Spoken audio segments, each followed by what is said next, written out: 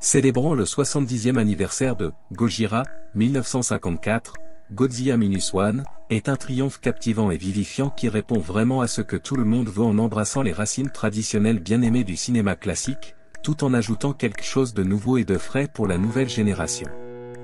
Pour ceux d'entre vous qui ne connaissent pas Godzilla, il s'agit d'un léviathan préhistorique tout-puissant aux proportions monstrueuses qui représente la colère de la nature, ainsi que les conséquences dévastatrices de la guerre nucléaire.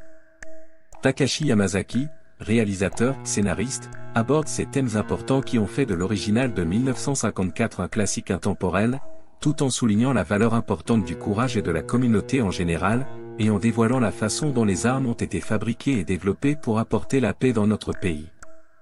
Ces nouvelles thématiques sont un atout majeur pour cette histoire passionnante axée sur les personnages.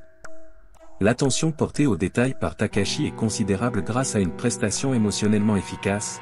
Sa mise en scène est captivante à l'appel avec un timing idéal pour fournir une exécution tendue, un drame intense qui semble vivant, une crainte à couper le souffle et des sensations fortes à couper le souffle aux côtés de sa valeur de choc à couper le souffle. Il y a même un léger humour involontaire lorsque cela est nécessaire, mais il sait quand être suffisamment drôle. S'il y a deux autres aspects ici que même certains de mes films Godzilla préférés n'ont pas, c'est un éclairage vif et un sentiment d'ambition impliquant. Chaque scène se déroule à un rythme rapide tout au long de sa durée de 2 heures. Ce sentiment d'émerveillement est soutenu par la cinématographie saisissante de Kozo Shibazaki, directeur de la photographie, présentant des images imposantes, un sens de l'envergure et un sens de l'échelle imposant. Les effets spéciaux sont tout simplement éblouissants, tandis que les effets sonores ont une qualité exceptionnelle qui correspond à des explosions tonitruantes et à un montage sonore intelligent. La musique évocatrice de Naoki Sato offre une qualité envoûtante pour élever le film à un tout autre niveau, et bien sûr, en utilisant intelligemment la chanson thème emblématique. Les acteurs ont fait un travail fantastique en apportant des performances émouvantes pour ajouter une gravité émotionnelle à la narration. Je me suis retrouvé captivé par les personnages car ils donnent au film un sentiment de cœur attrayant. L'idée de personnages humains distinctifs dotés de différents attributs se réunissant est un concept très agréable pour l'ensemble de l'intrigue. Ryunosuke Kamiki incarne Koichi Shikishima, un pilote de chasse qui n'a pas assez de courage pour sauver son peuple, et il a été hanté par l'incident déchirant de 1945 sur l'île Dodo.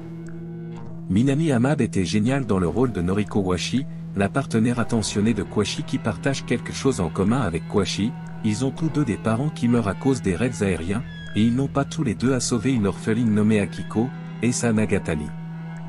Doté d'une personnalité tout à fait superbe, Hidetaka Yoshioka a été brillant dans le rôle de Kenji Nota, un ingénieur naval qui fera tout ce qu'il faut pour trouver des idées pour vaincre Godzilla.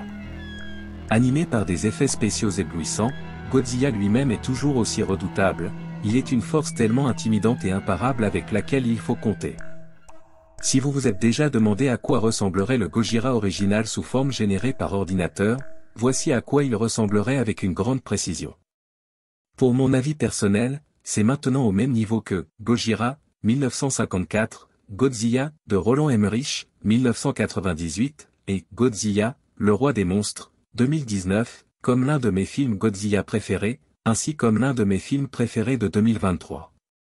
Fortement recommandé, convient aux adolescents de 13 ans et plus.